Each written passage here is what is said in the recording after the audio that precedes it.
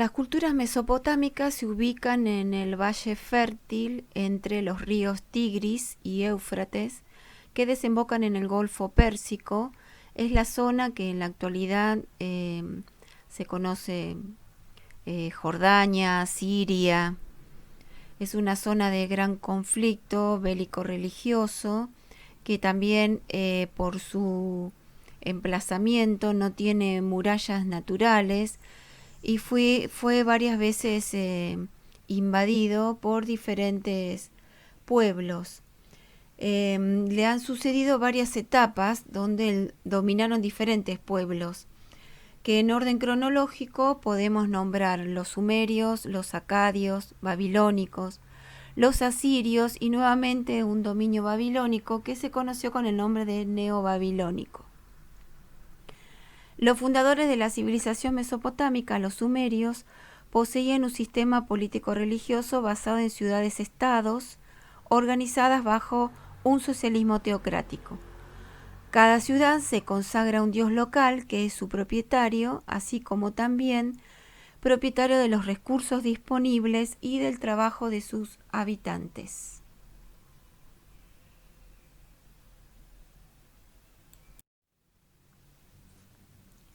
La sede desde donde el Estado dominaba, distribuía los recursos y en su alrededor se estructuraba la ciudad era el sigurat. En una distribución del espacio arquitectónico en forma ascendente, acentuando la idea de poder, dominaba toda la ciudad, no muy distintos de los rascacielos modernos o de las catedrales medievales.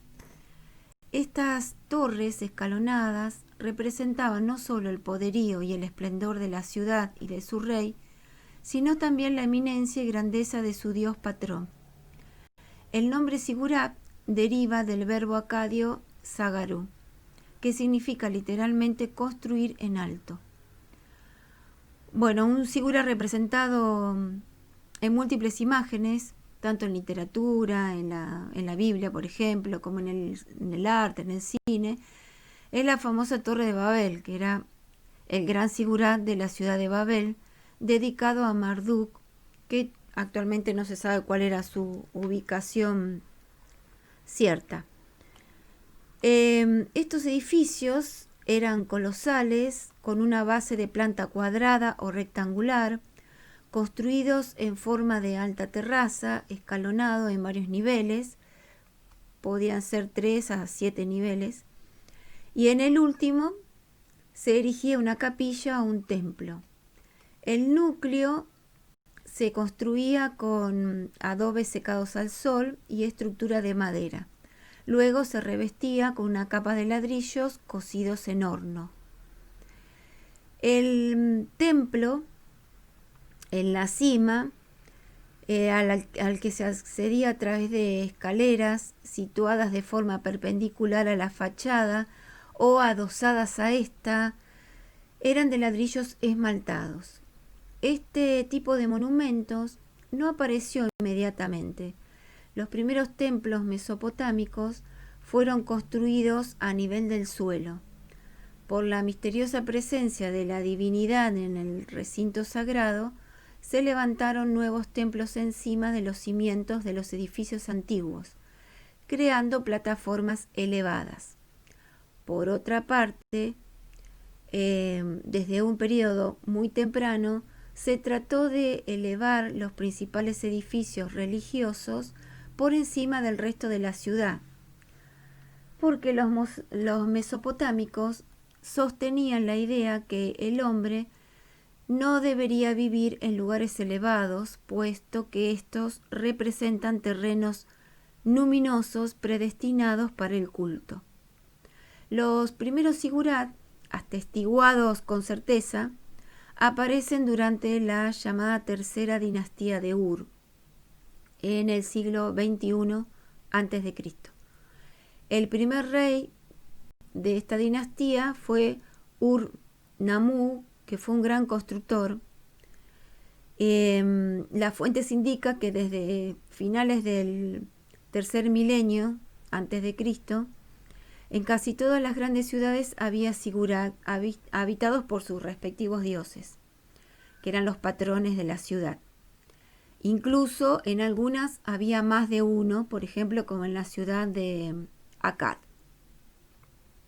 Las actividades que se realizaban en este recinto eran en la zona más alta, o sea, en el templo, la actividad religiosa, que era la más importante, y luego las actividades administrativas, las estancias donde se ubicaban los escribas, las reuniones de los nobles se realizaban también en otro de estos escalones. De todas maneras, no se ha llegado a determinar qué otras actividades se realizaban porque no se encontró ninguno de estos sigurat en forma completa.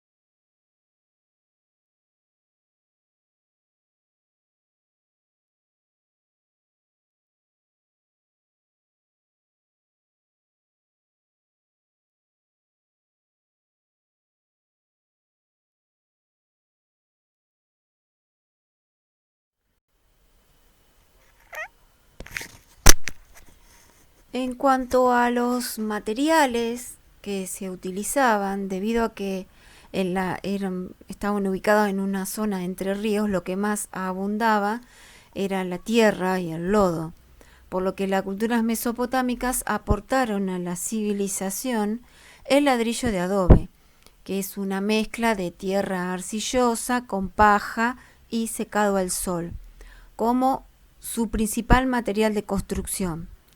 Estos ladrillos tenían unos 30 a 40 centímetros de lado y un grosor de 5 aproximadamente a 11 centímetros.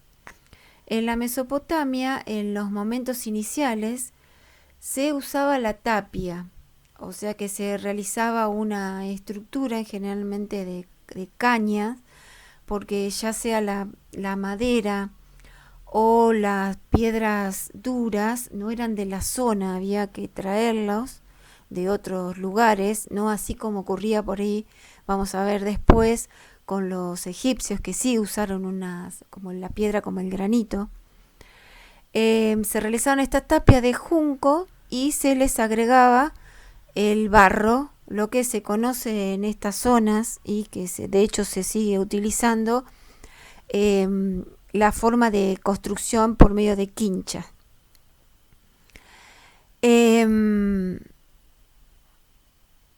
Luego,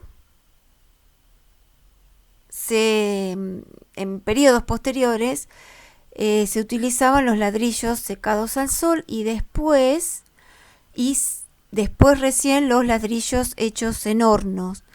Los ladrillos se adosaban entre sí por una capa de argamasa.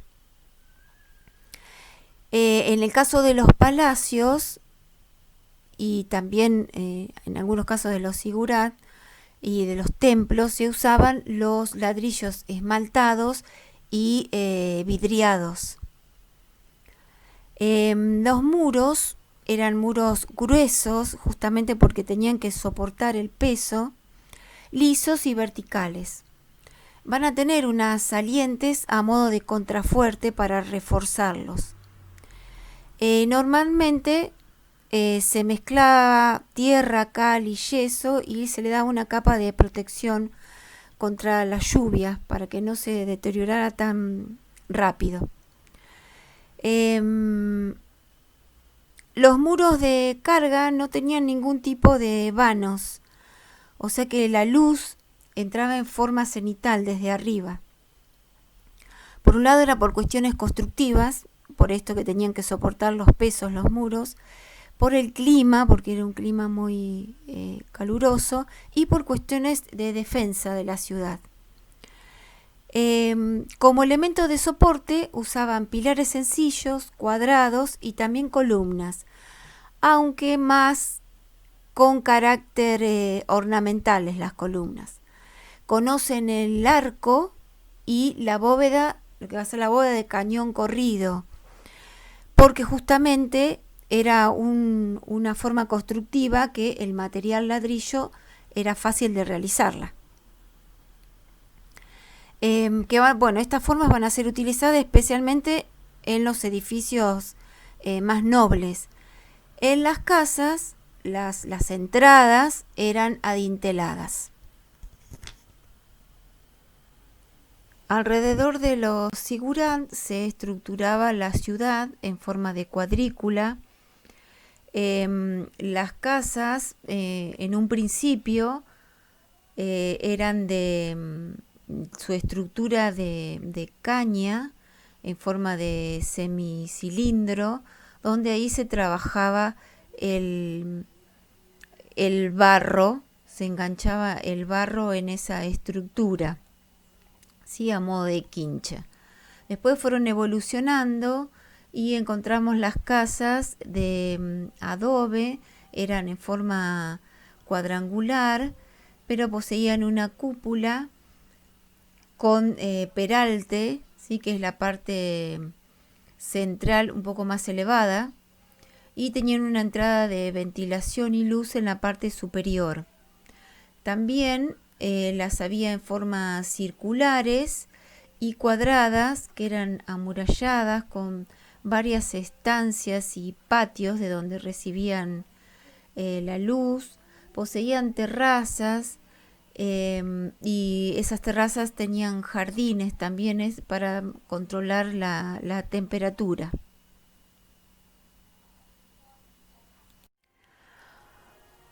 Un rasgo característico de la fisonomía exterior de los palacios asirios es la ausencia de ventanas en la planta baja. La luz era de preferencia tomada por los numerosos patios y penetraba por las impostas de las puertas, que es la parte de arriba donde comienza el arco de medio punto. Otro elemento característico son los kioscos, que son especies de glorietas y esas dependencias casi obligadas de los palacios y los principales ornamentos de los parques reales. Su emplazamiento daban una vista que se extendía a lo lejos como una isla. Era un espacio para relajarse y para protegerse de los días muy calurosos.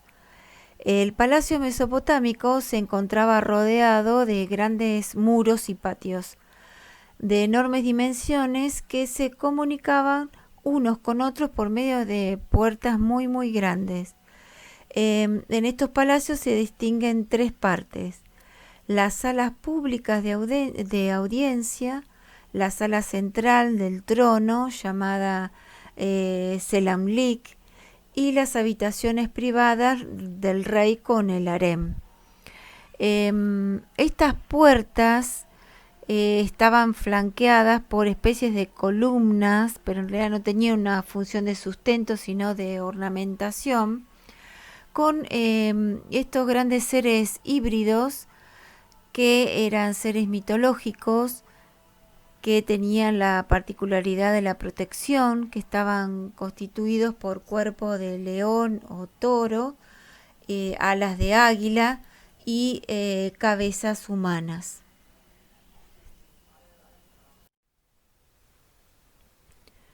Los mesopotámicos embellecían sus deslucidos edificios de adobe, revistiéndolos con cerámica vidriada, relieves que poseían en algunos casos incrustaciones de metal y hasta de piedras preciosas, como en la puerta de Ishtar, que es la que vemos en la imagen. Originalmente era una de las 8 puertas monumentales, medía de 14 metros de altura por 10 de ancho, que pertenecían a la muralla interior de Babilonia, a través de la cual se accedía al templo de Bel, donde se celebraban las fiestas propias del Año Nuevo. El nombre de Ishtar lo recibe de la diosa del mismo nombre a la cual estaba consagrada esta puerta. Fue construida en el año 575 a.C. por Nabucodonosor II en el lado norte de la ciudad. Se compone de numerosos ladrillos de adobe, la mayoría pintados de color azul, lo que le hacían resaltar fuertemente en todos los edificios de su alrededor. Y otros ladrillos eran de color dorado o rojizos. Estos últimos se disponían dibujando la silueta de dragones, toros, leones y seres mitológicos. La parte inferior y el arco de la puerta están decorados por filas de grandes flores semejantes a margaritas. La puerta también contaba originalmente con 12 esfinges dentro del arco de la puerta que se han perdido. Bueno, acá observamos un detalle de la puerta de Ishtar, donde aparecen los leones y este personaje híbrido que ya lo habíamos visto antes, ¿sí? Que recibe el nombre de Lamassu o Yadú de acuerdo a las épocas de este periodo mesopotámico. Las esculturas mesopotámicas trabajan sobre todo en el bulto redondo y el relieve. Las exentas, o sea, las de bulto redondo, trata la iconografía de los oferentes, sacerdotes y gobernantes. El material que utilizaban era la diorita o el alabastro. Y los relieves también se utilizaba la piedra caliza. Representaban deidades, escenas de guerras, casas y escenas mitológicas. Las obras escultóricas sumerias poseen un profundo carácter religioso. Las figuras de los oferentes disponían sus brazos delante del pecho, con las manos cruzadas, ojos enormes y desorbitados, en una actitud quieta de contemplación. Las cabezas no suelen ser proporcional al resto del cuerpo. Concretamente, durante el periodo del 2200 a.C. al 1900 a.C., intentan plasmar unas formas más naturales. Por ejemplo, como vemos acá en la representación del rey de Judea, de la ciudad de Lagash, que está realizada en diorita, cruza los brazos al estilo sumerio, pero su cara redonda y se trata de tener una representación más real de la figura humana.